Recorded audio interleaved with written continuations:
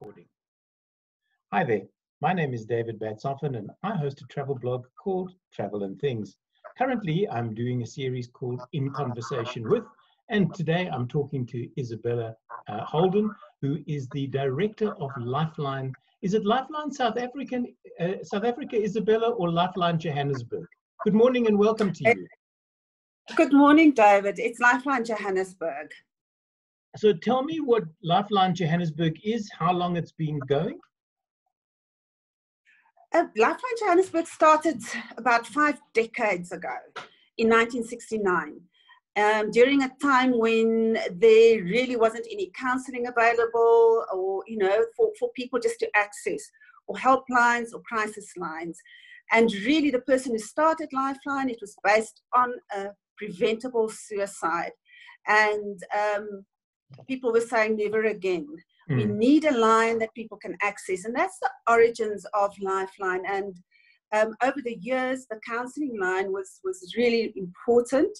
And today we've grown into an organization that delivers a broad range of services to the community, the phone lines, services on the ground. So we've really developed into all kinds of areas. Isabella, for purposes of our chat this morning, what I think I'd like to do is constantly mention the telephone line, the telephone number throughout. So if people are sort of dipping in and out of this, maybe fast forwarding through it, there's going to be the opportunity for them to get that number. So let's give the number out straight away and then we can continue. Okay, so the numbers that can be called are 011 728 1347. That is a counseling line. We also have other lines available specifically for gender-based violence. It's 0800 150 150. Okay, so with the situation that we find ourselves in currently, with lockdown, with the pandemic, with the fear-mongering that's gone around that, and I think the media has a large part to play in that.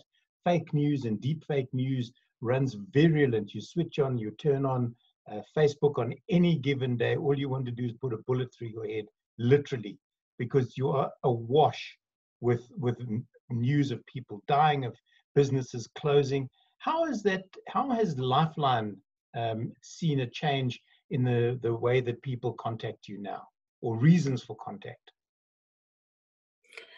We see a variety of things on our side, David. We've seen a huge spike in people who need support.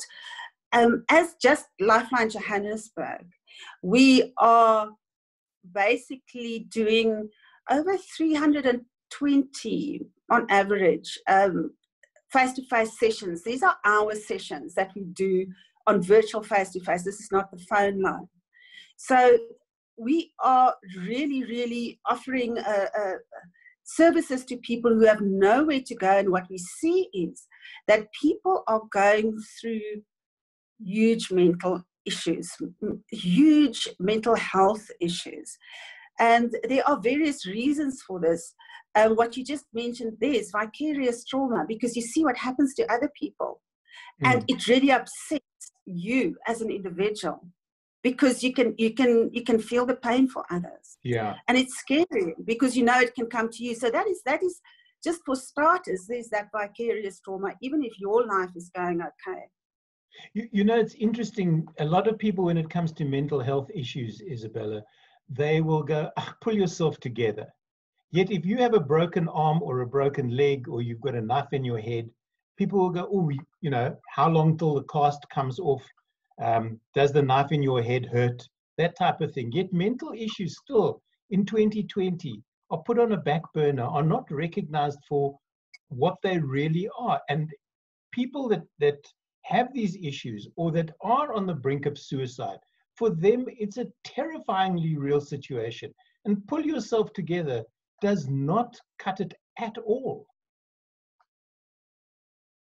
Yeah, that is hurtful, and we find, clients often say that people have said those kinds of things. It's very hurtful, and the way really to support somebody is to give that person the space to talk about exactly what's going on for them, so that they can put their feelings out there and out of their head, and that opens a space mentally and psychologically to find different solutions and look at things differently.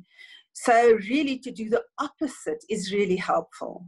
Yeah, I hear what you're saying, and people don't do that. The moment somebody says, often people will say, if you need to talk to me. And then the moment the person starts talking to them, all of a sudden the first person says, oh, but if you do this and if you do that.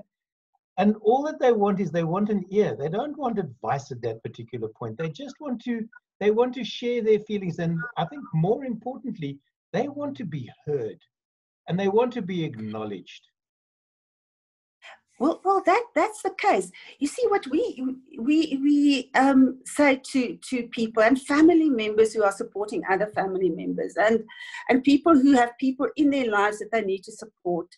When somebody talks to you, don't advise that person. They're not looking for advice. They know what to do, in a theoretical sort of way. Don't rescue that person and say, oh, well, it's going to be better. Don't worry. There are big causes to be worried, about things. Don't analyze. Oh, you're feeling like this because blah blah blah, and don't question somebody like an interrogation. So those 4 things. Don't do that. Advising, analyzing, rescuing, questioning. Listen and reflect for that person what's going on for them. And that is the helpful way. There you're paving a road of support and the possibility that the person then have the opportunity to kind of start thinking about things differently, or find resources, or find their own kind of support. And also, I should imagine that generalization doesn't work. If you say, oh, but everybody else is okay, that doesn't matter to Bob in that particular set of circumstances, because Bob isn't everybody. Bob is suffering from what Bob is suffering from, and he or she, pardon me, needs to be acknowledged, listened to, and then perhaps steered in a direction where they can continue to find help from professionals. I'm sure, Isabella, you find at the moment everybody is a COVID-19 expert. They know everything about COVID-19. They know everything there is to know about the economy, how it's going to fail, how it's not going to fail. You can lean in, you can reach out, you can pivot, you can do all of those things. But at the end of the day, we're all human and we're all going through our own moment in time. I think that's really important, because this is also how we work. Every person that comes to us is a total individual. And if an individual comes to us and say, listen, I'm a millionaire, but I lost my canary and that was my companion, that is a serious matter for that person. Yeah. So every issue that a person bring to us that's serious for them is serious to deal with. And to say to people, well, get on with it because, the whole world is suffering, that is certainly not helpful. What we do find is that from a psychological perspective, there's a lot of corona pandemic fatigue that sets in at this stage, because it drags on and on and on. And there's a lot of bereavement issues as well, because people have lost a lot. So people are actually going through a type of a bereavement process. If you just think, David, the kind of social feedback loops that people have lost in terms of just basic things, what day it is. I know it is Tuesday because we're doing this kind of training. The feedback loop is not there. I hear what you're saying. I wake up every morning going, I feel like it's Groundhog Day. What day are we? Yeah. And then I go, but what difference does it make?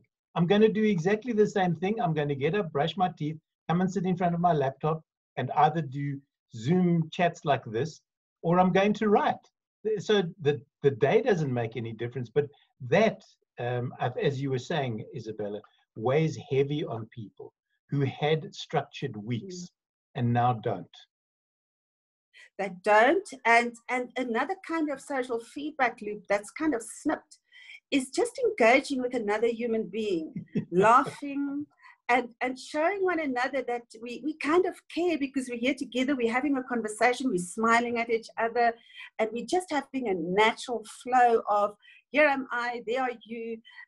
It's no big deal, but it's very important because I could just do this in the passages at work or with friends, and I know I'm human and you human, and we're together and we're having normality. Those feedback loops are snipped.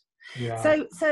So people have to reestablish this for themselves, which is hard work if you are pushing against the cloud that the pandemic is itself, the health fears and risks that people are taking in some instances. So in terms of this long drawn out pandemic, the challenge of just dealing with it, it's almost like an ongoing trauma that people have to deal with. It's not a one-off thing, and then you have an opportunity to go back to normality. And then the bereavement aspect and the social feedback loop aspect, it all conspires to really put pressure on people. And this is the thing. I suppose if we had a date, if somebody could step up to the plate and say, the lockdown will end because we've done all the algorithms and whatever, the lockdown will end on October the 14th. That's the date. It is now cast in stone. I guarantee you that everybody's outlook would change almost, certainly from a mental aspect, would change almost instantaneously because they now have something concrete to grasp onto. As you've pointed out, we don't have. We have nothing. We are floundering in a sea of unknowingness because this has never happened before. People keep comparing it to the Spanish flu, and you can't because there was no social media in those days. People survived or they didn't. Now with social media, whether you survive or don't seems to depend on which memes are published in the early hours of the morning and what you see first when you switch on. Yeah, and you see now that kind of almost being adrift because you've lost your general way in the world, your normal feedback loops, your routines. Now we're adrift, and now the question comes: what do you do about it? So how do we, as individuals, how do we cope with this? And that is challenging. The reason why it is challenging is because it takes effort. So if you are in an ongoing trauma, say you are in an ongoing war, literally a war, you have to manage that. You have to manage what you do. You really have to figure out what you actually do to get yourself through. And that is very difficult to do. And this is kind of where we are. So it will take a lot of energy from the person and individuals to work out for themselves in this new way of living with no end in sight, no definite end in sight. What do we do? Yeah. And it is management that is quite challenging. How do I reestablish something for me that I know is wholesome and helpful?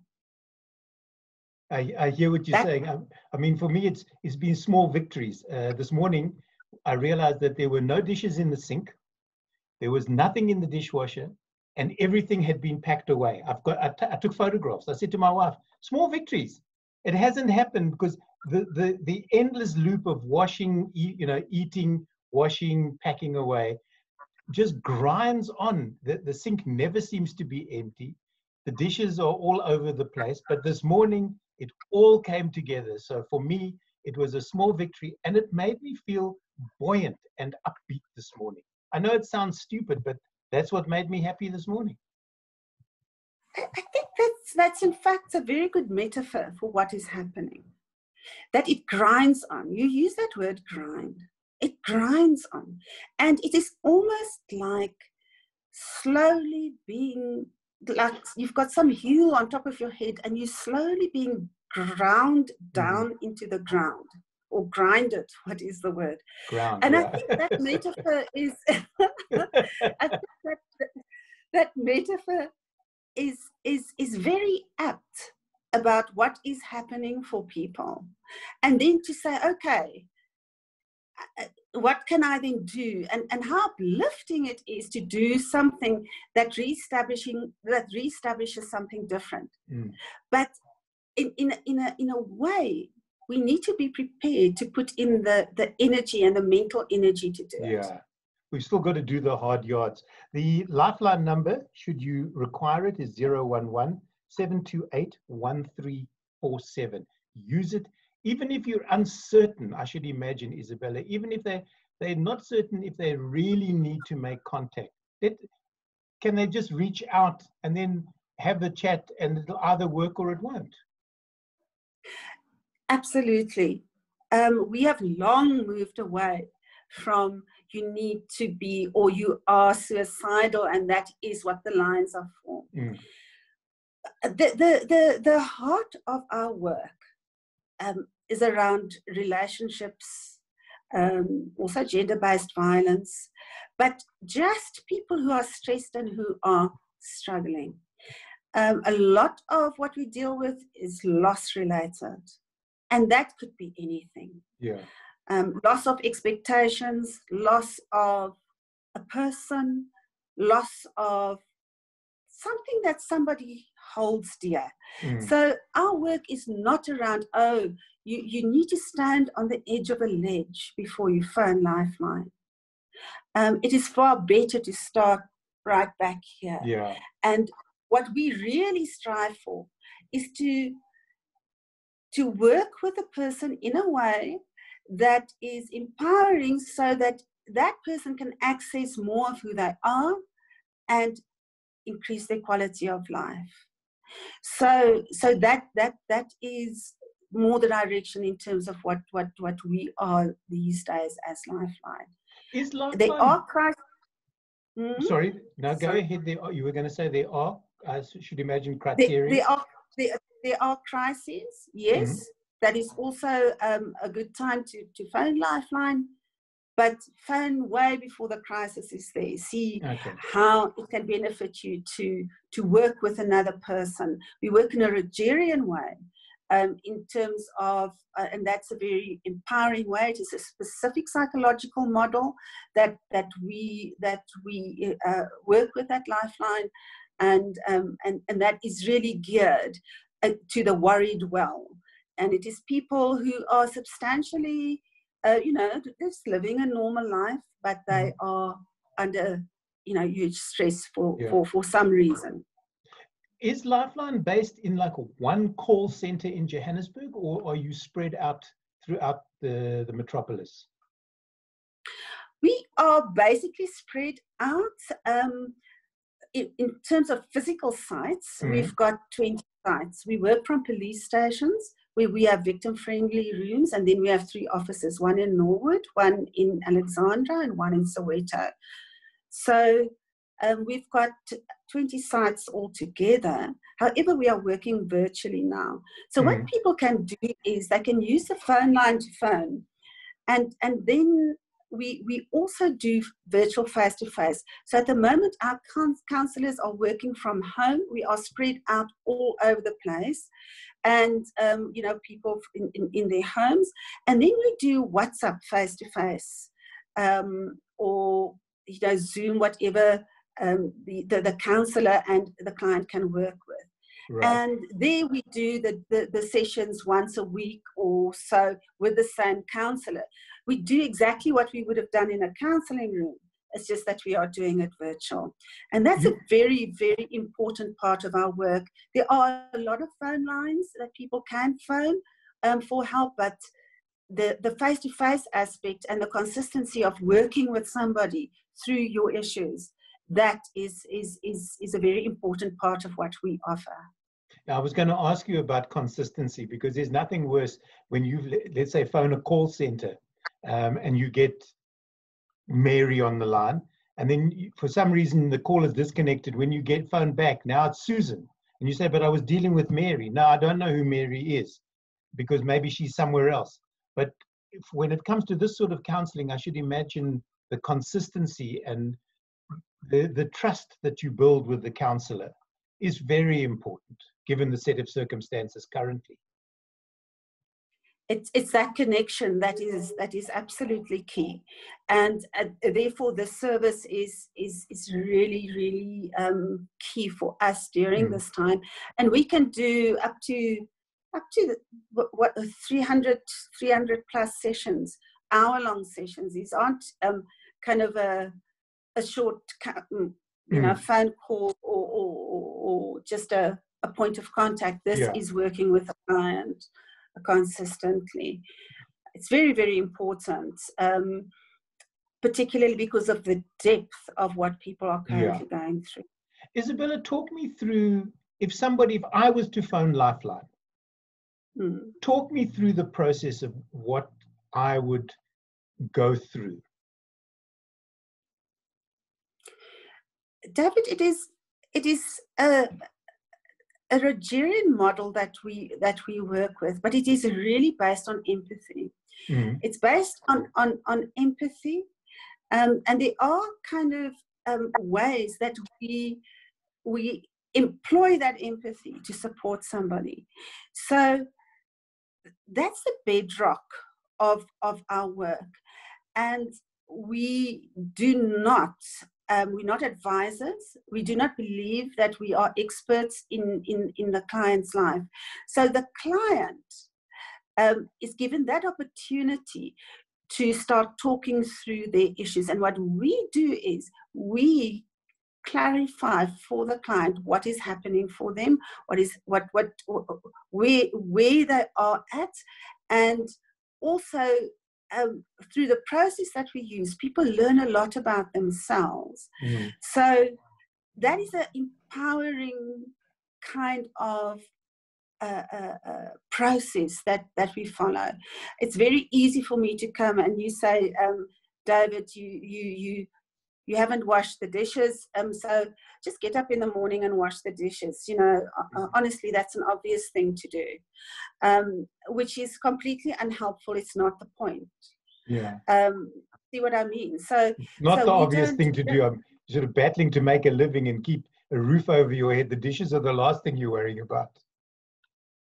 Exactly. And if I had to say that to a client, that's exactly what the client is going to say to me. Exactly what you say to me. That's the last thing I need to worry about. That's the last thing that, although it gives me a sign that I live in a different world right now, but that's the last thing I need to worry about. So if you want to get into combat with people, you need to go and start pretending that you are an expert in their lives. So it's a different process that we follow. Are the people that answer the phone, are they qualified psychologists and psychiatrists, or your staff mainly made up of volunteers who take it upon themselves to give back to society in a particular way? It's a mixture. So how it works at LifeLine, we do a counseling course now. We don't do a hit and run course. This course lasts up to 9 months that we work with people. There are the first point of selection is to get onto the course, to make sure that people are ready to do the course and to learn how to be a counselor. And then there is a long process and a selection again to see if people are suitable to be counselors, even when they have completed the course. So even if you are doctor, professor, psychiatrist, you are going to do our course for the simple reason that we work in a specific way. And that way is this empowering way, that it's this humanistic empowering model that we follow. So we are really not interested in any kind of prior kind of training. We take people on board and see if they are a fit for what we do. There are 250 plus models of psychology that people can that's out there in the world and do this particular model. So there are people who are professionals on a part of the LifeLine team. There are pure volunteers who are not psychologists and social workers So it's a mixture, but that's really not what's important to us. It is important to us that you are an empathic human being who is able to support and empower another person in a process. Are you able to run courses now during lockdown? Well, David, indeed. And as you have mentioned, we have pivoted, or Pivoted, yeah. whatever the words are these days. Lean in, reach out. As I said to somebody yesterday, Isabella, because I'd never heard the leaning in. I'd heard reach out and I'd heard pivoted. And I said, I don't need to go to gym. Currently, I'm leaning in, asking people to join me on these Zoom. I'm reaching out to people. I'm pivoting. I get all the exercise I need sitting in this chair. End of story. And indeed, with having changed over and working from home, I tend to feel I'm running on the spot, working, doing enormous amounts of things, but we're running on the spot in a way because we're not moving out of the space. Exactly. So what we have done is it was in the middle of our counseling course, which is a very intensive course that we do in small groups of 8 candidate counselors, and we have moved it all onto Zoom. And what we have found is that it really works. So we have transformed our training, and we can see to our relief and absolute excitement that it works really well. So we do not want to have people come to the offices, expose themselves to possible COVID-19. So we are doing our best to do our bit to distance, but still do the work. So certainly we have moved all our services online, face-to-face, telephone counseling, training of various descriptions onto electronic platforms. That number once again, 011-728-1347. I feel like I'm back on radio again and talking about, please call us now. No, you can't call us now. This is not a phone line, but you can phone LifeLine while you're watching this if you think that it's a need that you have. 728-1347 on the code 011. The gender violence number again was 080? 0800 150 150. 150. You were going to say something, Isabella? I was just going to say that the WhatsApp line, I just never know off by heart. Okay. And there may be a way to put it on the screen for people, because that is a booking line. So you just send a WhatsApp and say that you need face-to-face, and then you do an intake, and you can do virtual face-to-face with a counsellor. When it comes to cost, what does it cost clients? David, it doesn't cost clients anything. Okay. We counsel people who clearly, they drive into our premises in the old days, pre-pandemic. Yeah. In a BMW, and people who do not have an income, people who are unemployed. Most of our clients are struggling financially, are marginalized, and are unemployed, but we do not turn anybody away. So everybody is welcome to contact us, and it won't cost people in payment.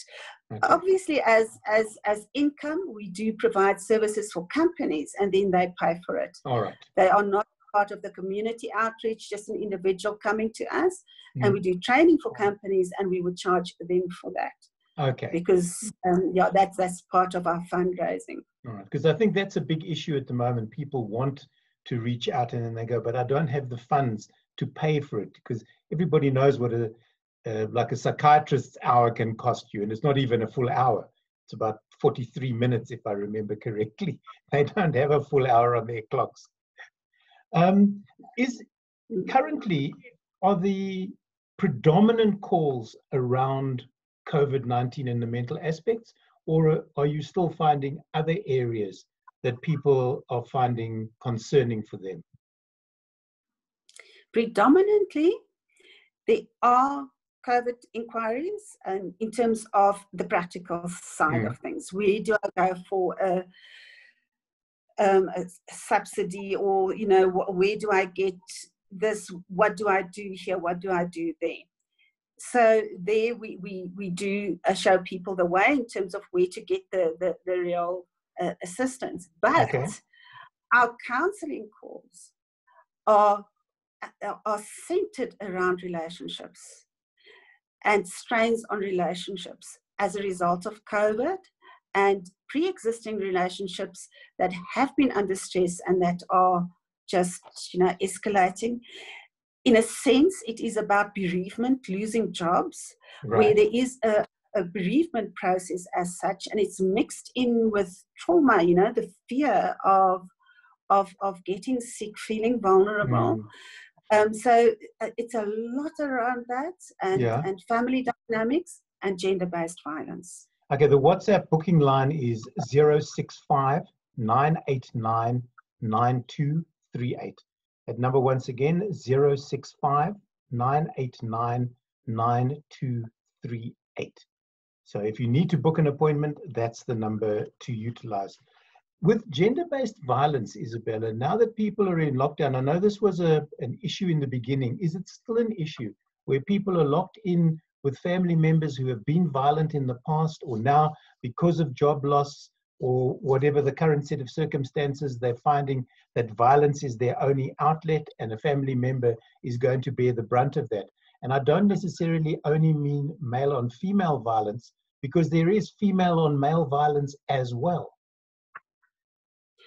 Yeah, we see what we see. It ranges from the breakdown of relationships right up to violence. There's also something like emotional violence, where people just destroy one another emotionally. So we see the whole range of issues that arise. So that is definitely up front and in the forefront of work we do. Okay, and if somebody phones you and says, listen, I've just tested positive for COVID-19 or HIV or TB, are you able to offer them advice as well? We don't do the medical advice. Okay. That is what people need to, then we have resources to say, if you need the medical advice, this is the number to call, this is what you need to do. Right. But what we are looking at is, how are you coping? And again, coping is kind of quite a key word. Coping style is quite a key word right now. We were talking about the gender-based violence side of it, or, you know, just having very acrimonious relationships right now. And that is a kind of a coping that people are trying to employ, but it's not a constructive form of coping. So we would rather deal with we deal with the coping aspect of the person, in terms of what blocks a person to take their medication, the emotional side of things, which drives behavior. Yeah. Another thought that's just crossed my mind: if I was to phone you, and English is not my first language, maybe one of the vernaculars is, or maybe Afrikaans, are you able to steer me in a direction of somebody who can converse with me in my own language? Yes. What we try to do is to do mother tongue counseling as far as possible, and we've got all the South African languages maybe not Khoisan, I don't think, but but the general languages people can do can use to do the counseling. Okay. You know, your mother tongue is the language of the heart. You learn how to cry in that language, how to love, how to laugh, how to live. So it's a very important part of emotional healing. Yeah, and also people, I know I interviewed one specific person some years ago who was well known for only talking in Afrikaans. No matter what the question was, he would always respond in Afrikaans. And I asked him why, and he said, because it is my mother tongue. And exactly what you've just said, Isabella. He said, it's the language in which I can best express myself. So why must I battle with another language where I'm going to struggle to express myself? If you don't understand me, that's your issue and not mine. Which I thought, again, it's being heard, it's being acknowledged, and it's being listened to. The numbers, I'll give them all out once again: 011-728-1347, which is the Lifeline Connect. There is the gender-based violence number, which is 0800-150-150, and the WhatsApp booking line 065-989-9238. Isabella, if I was to phone at 3 o'clock in the morning, would somebody get back to me? Would somebody answer the phone? Yeah, we have a system which is a 24-hour system in terms of transferring the lines between different shifts and groups. So counselors. So there would be somebody answering the phone. The only time it won't be answered is if the lines are busy. Obviously. And this is also an issue. So there are a finite number of counselors. So sometimes the lines are just busy, and then we really would urge people to just keep phoning. Okay, I'm not going to hear that terrible. Your call is important to us. Please hold, and one of our expert counselors will be with you shortly. At which point you want to slam the phone against the wall or against the nearest person, because that expert in front of anything, and I'm not using Lifeline as an example now, but I've had it where even cell phone companies have said, we'll put you through to an expert. And then when I get through, I always go, so what are you expert in? And then there's deathly silence because they don't know what I'm talking about. I said, have you never listened to the recording? You're meant to be an expert and now you can't help me. I don't like that, but thank you for trying anyway. That is frustrating, and I think it just really speaks to setting oneself up and thinking you know everything, and creating that expectation when it's not true. And I think authenticity, when it comes to counseling, authenticity, and this is why we say we're not an expert on your life. You are the expert, so let's work with that. Let's see where this takes us, and that's really important, to be authentic and not to kind of propagate lies about yourself. I don't want to only show a negative side. I remember getting through to a company that were playing some really nice wait while you get put through type music. And when I got through to the guy that I needed to talk to, I said, listen, have you got stuff to do at the moment? And he said, yes, why? I said, because there's a really cool piece of music that I'm listening to. Go and do whatever you were and get back to me in 2 minutes.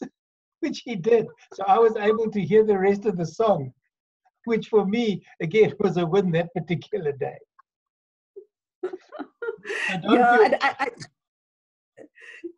I think really, particularly now, we need to find in every small thing the pleasure. And it sometimes takes hard work and a consciousness and a mindset and an intention. You know, in a way, what I really want to say is that it is taking like active commitment from a psychological perspective. We're not talking about perfection, that you have to be perfect now and be this amazing human being going through everything. But you must do what you can and have an active commitment to supporting your psychological health and doing what is feasible and what fits for you to work through these things. If we're wearing masks and face guards to shield ourselves from the actual COVID-19 virus, then we need to wear masks for our mental health aspects as well, whatever that mask might be, or in whatever way we can protect that as well. Yes, to have some kind of protection, and I think if the world has taught us one thing, is that there is this frightening thing that we are not in control of as many things as we think, and that nature has said to us, look, you've been behaving badly, now you're grounded. And you know, shouldn't laugh, but it's a great analogy. And the number of things that we thought that we were in control of, that has shifted, and that is something to get used to, and to really focus at this point in terms of what we can control and what we can't. And if it is washing the dishes, then that is important, and it does give people a feeling of empowerment. You know, it's not a thing to be evaluated as a big or a small thing. Yeah, it's a thing, and it can be important. If you just take a pencil and you hold it up and you push it to the side and you take it out of equilibrium, it takes virtually no energy, and you can sit like this. After an hour, you're going to start feeling it, and after 3 hours, you're going to start feeling it. If you just think all the pencils in your life that you try to control, you know, in terms of yes, I can just do this. Yes, I can go there. I'm controlling the fact that I'm now traveling to this place for a wonderful holiday. I'm controlling everything. I'm controlling so much. It's actually incredibly wearing on people. Yeah. And to push things out of equilibrium is very taxing. And the more you do it, it might look like a small little effort, but it's really taxing. So this whole sense of control is something to reframe for oneself and see what can you control and what can't you control within the situation that we are. And that can help to really focus one's attention on the things that are possible. Isabella, as we wrap up this conversation, and I thank you for your time this morning, are there signs and symptoms that family members can look out for? And I'm thinking especially of the youngsters now, because they must be going through an inordinate amount of trauma. I mean, they've been taken out of schools, they've been taken away from their friends. Mom and dad are sitting at home, they may have lost their jobs, they're watching what's going on between their parents, there may be violence, there may be screaming, there may be shouting. Is there something that family members can do constructively to look amongst themselves without being interfering and bossy and say, I think, or perhaps I should call into Lifeline and discuss this, and then maybe my spouse or my child will accept, I don't want to say help because I think that's the wrong word, but maybe we'll take up the cudgels and talk to somebody so that they are listened to by somebody outside the family. And that includes granny and grandpa and aunts and uncles who may not be the right people to approach. I think you've hit on quite a few points there. And just to try and put that in a nutshell, if you are in your family and you see a change in people's behavior, and you will notice that possibly more so, you know, during this pandemic, everything has changed. But look at changes that speaks to the fundamental nature of the person. If your child has been very outgoing, now they are withdrawn. If your child was quite conscientious before and now they've just given up and they tell you what's the point, you know, of doing anything. So look at those aspects where people are showing quite fundamental changes to their nature and who they were before. And that could give you a clue that that person really needs support. Now, a psychologist is the worst person to give therapy to their family. It crosses a line, one doesn't do it. And a counselor, the same thing, to support their family really in depth if it really comes to that. So it is very helpful to have a total third party. It makes the person who needs the support feel safe. It is a confidential space. It doesn't go anywhere, and the person can work in peace and quiet, and you know, knowing that it's a safe space for them to be in. So it's important to notice those differences, and then to reach out to somebody outside of the family context.